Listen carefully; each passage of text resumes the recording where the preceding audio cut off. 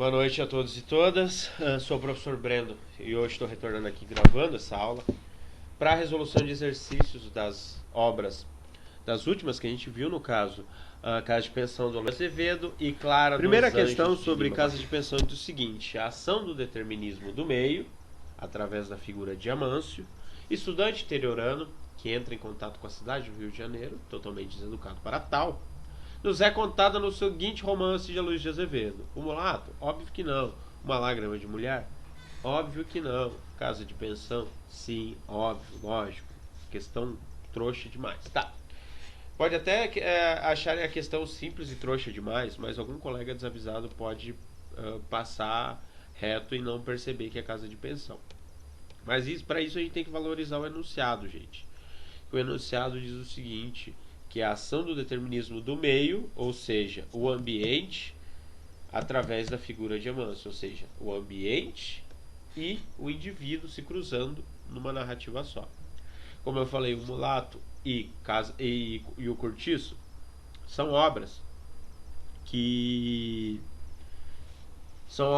valorizam, no caso do Mulato, o indivíduo, o Cortiço, o ambiente. Já Casa de Pensão cruza esses dois elementos do determinismo. Então é importante valorizar o que o enunciado diz para ter uma dimensão maior sobre a compreensão da obra, certo? Então, letra C.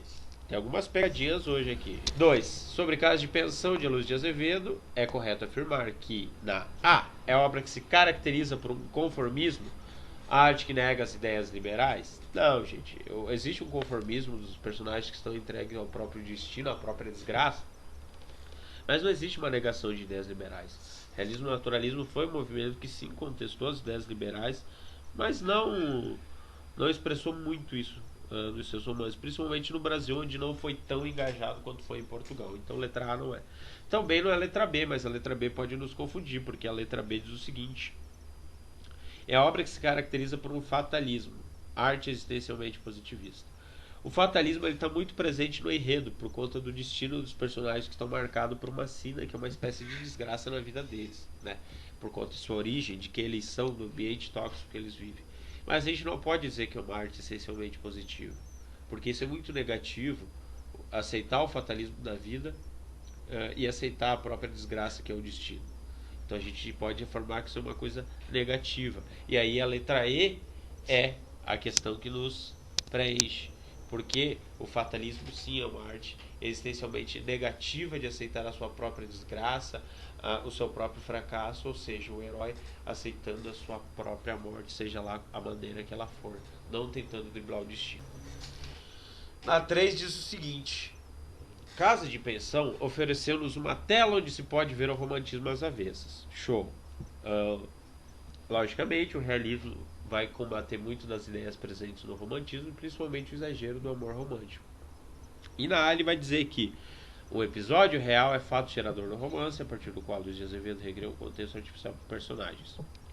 Bom, eu falei do caso Capistrano com vocês, gente, que era um caso real, que chocou a sociedade do Rio de Janeiro, e ali o Aloysio de Azevedo se apoiou, se inspirou de alguma forma para desenvolver essa narrativa. Só que o cenário que o Aloysio de Azevedo cria não é um cenário artificial, e sim ficcional, o que são duas coisas diferentes. E nessa ficção que ele cria, que nós lemos, ele cria um cenário totalmente realista, naturalista. Um cenário levado ao extremo da sua decadência e das suas vísceras, inclusive com uma dose de exagero. Então não podemos dizer que é um contexto artificial. B. A casa de pensão de propriedade de Madame Rezar é um cenário propício ao favorecimento dos amores dos personagens. Bom, tem cama lá na casa, né? Tem bastante quarto, então há espaço para as pessoas se amarem. Mas não é um ambiente muito recomendado para consumar o amor ali com quem tu quer. E é pelo contrário, um ambiente muito tóxico, né? Então a letra B também não pode ser. E na C diz que o enredo de um romance de Azevedo foge da idealização da vida e do amor, traços românticos, dando voz aos apelos carnais e às manifestações dos instintos. Por mais que o Amâncio tenha algumas paixões ali em meio à obra, são paixões assim, nada pueris, não é aquela paixão simples e ingênua. É uma paixão carnal, movida por os instintos biológicos e também morais, como ele se apaixona pela Hortência, como ele tem ali uma certa queda pela Amélia, e pela Lúcia também. Então, ele vai falar de um amor muito mais carnal do que espiritual. Então, letra C. Na 4 diz o seguinte, aí outra pegadinha, senhores. A redução dos seres ao nível animal, a natureza humana vista como uma selva de esforços representados por João Romão, devoram os fracos, são princípios básicos do romance de A Mortalha, de Alzira Aloysio de Azevedo? Óbvio que não. Memorial de Arias, de Machado de Assis? Também não. Casa de Pensão? Não. Também não é Casa de Pensão, porque o João Romão não é um personagem da Casa de Pensão. Ele é um personagem do Cortiço. O personagem da Casa de Pensão é o João Coqueiro. Cuidem, gente. Há pegadinhas no vestibular desta forma. E não pensem sempre no que é óbvio. Na 5. Sobre Casa de Pensão, é incorreto afirmar que o romance inspira-se em fatos reais da vida do seu autor, que se identifica com o protagonista. Bueno, vamos voltar de novo lá no caso Capistrano. O caso Capistrano, como eu falei, foi um caso que mexeu com os tabloides. Na época não era chamado tabloides, mas as manchetes do Rio de Janeiro, né, era um caso de polícia bem grave, que foi a júri popular. E o Aloysio de Azevedo se inspirou para desenvolver a narrativa. Há uma questão minimamente biográfica, mas a gente não pode dizer que isso seja inspiração para a vida do Amâncio, que é inspirada talvez na vida do Aloysio de Azevedo. O João Capistrano, o do caso real, ele era paranaense, né? Ele era paranaense que foi estudar no Rio de Janeiro. Então, o Aloysio de Azevedo, quando vai desenvolver narrativa, não faz um personagem paranaense porque ele não conheceu o Paraná, né? Ele faz um personagem maranhense, assim como o Aloysio de Azevedo também era maranhense e fez o mesmo movimento de sair do Maranhão para estudar no Rio de Janeiro. Então a gente não pode dizer que isso se inspira em fatos da vida do autor e nem que é uma identificação com o protagonista. Essa é a questão correta, certo? É a questão correta, no caso incorreta. Mas eu vou ler as outras questões só para a gente explanar um pouquinho a obra. Na B ele diz que o enredo trata da experiência de um provinciano de São Luís do Maranhão que se deixa envolver pelos ardis da metrópole. Perfeito, é isso mesmo. O Amâncio se entrega a todos os prazeres e luxos e artimanhas que o Rio de Janeiro oferece. C. Um dos temas presentes na narrativa é a incapacidade de os personagens lutarem contra as forças do destino. De novo, o fatalismo ali. Então, letra C corretíssima. E letra D, o ambiente que se desenvolve basicamente no espaço asfixiante de uma pensão contradiz pressupostos românticos de uma fuga para a natureza. Sim, e a gente pensa, por que eles não saem da pensão e vão morar numa chácara na praia? Porque não era a tendência, existia o destino ali e que eles tinham que viver aglomerado naquela cidade para sempre. Só fazendo um resuminho básico sobre Casa de Pensão, é o romance naturalista no final do século XIX.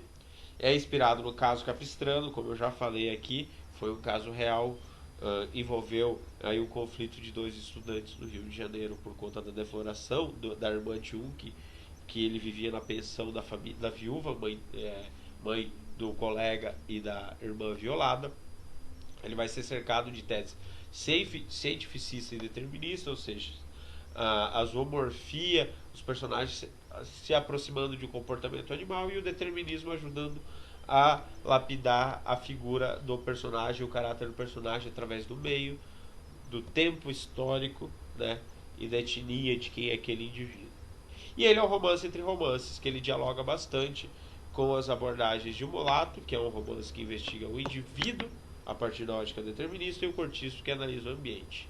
E a narrativa passa com a ida de Amâncio ao Rio de Janeiro e todo o drama que é ele sendo asfixiado por uma cidade grande.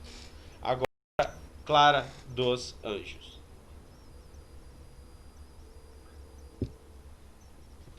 No romance Clara dos Anjos Lima Barreto, o narrador tece considerações generalizantes a respeito da sociedade de sua época, ao mesmo tempo que narra a vida da protagonista, sua família, malandragem de Cassidiones, a respeito de aspectos da construção de Clara, ou de fatos que ela participa, assinale a alternativa correta. Então vamos lá. Lá ele vai dizer o seguinte: a afirmação é o próprio do nosso pequeno povo fazer uma extravagante amálgama de religiões e crenças de toda sorte e socorrer-se dessa ou daquela conforme os transes e momentâneas agruras de sua existência. Que é o capítulo 1, que explica a frequência de Clara a igrejas e templos de diferentes religiões. O romance, em momento nenhum, cita que a família frequentava religiões, que a família tinha devoção nesse sentido, e muito mais que era uma pluralidade religiosa, né? Então, letra A, errado. Letra B, do seguinte: a frase "a gente pobre é difícil de suportar mutuamente, porque qualquer ninharia encontrando ponto de honra, brigando, especialmente as mulheres", alude às provocações que Clara desferia contra suas vizinhas. Gente, a Clara vivia numa bolha.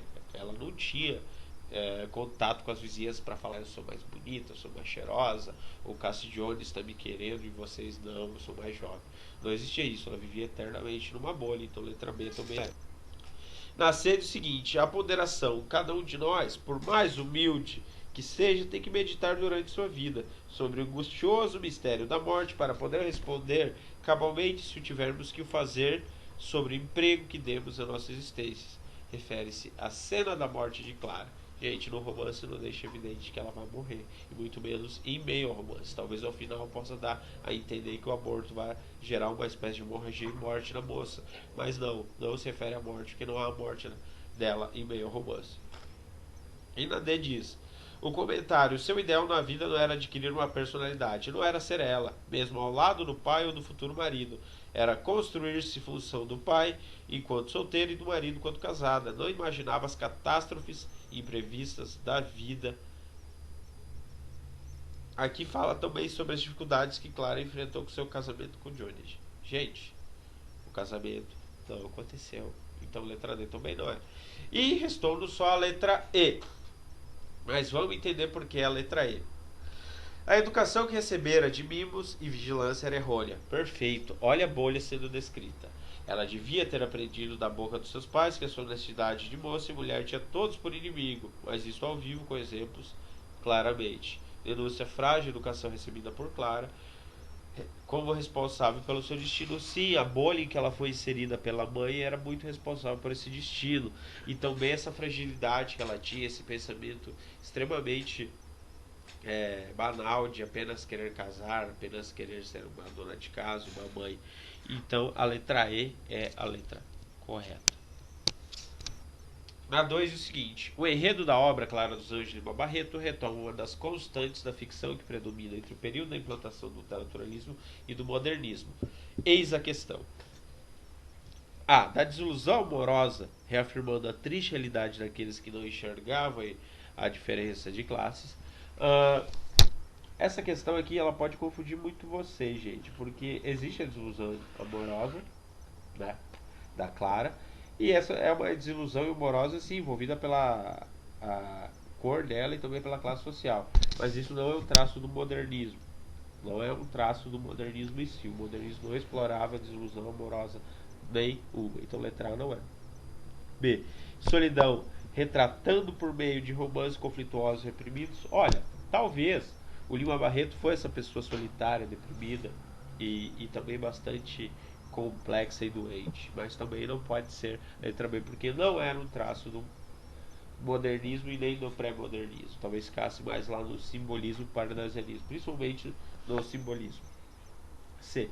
Da especulação metafísica a respeito da natureza do homem. Não, gente, isso já é uma tese muito mais naturalista, que os pré-modernistas até um pouco beberam, mas não de uma forma muito determinante nos romances deles. D. Do preconceito racial e social vivenciado pelos negros e mestiços. Também pode confundir vocês, gente, porque o pré-modernismo se voltava para negros e mestiços, mas não apenas eles.